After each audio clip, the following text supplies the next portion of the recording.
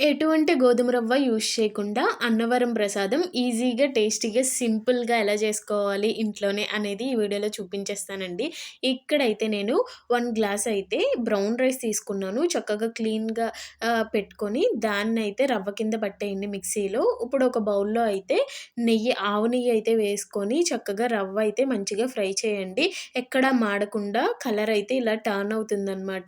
ఈ స్టేజ్‌లో నేను ఒక గ్లాస్ రవ్వ తీసుకున్నా కదా! 4 గ్లాసెస్ వాటర్ కూడా యాడ్ చేసేసి అంతా బాగా మిక్స్ చేసేసి ఉడికించేయండి. ఇలా అయితే వచ్చేస్తుందనమాట.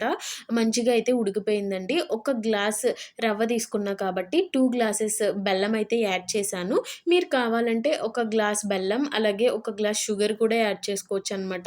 అలాగే ఇంకొక స్పూన్ నెయ్యి వేసుకొని అంతా బాగా మిక్స్ చేసేయండి. 2 యాలక్కాయలు, ఒక చిన్ని జాజికాయ, అలాగే పటిక దంచేసి ఇదంతా కూడా మన ప్రసాదంలో యాడ్ చేసేయండి.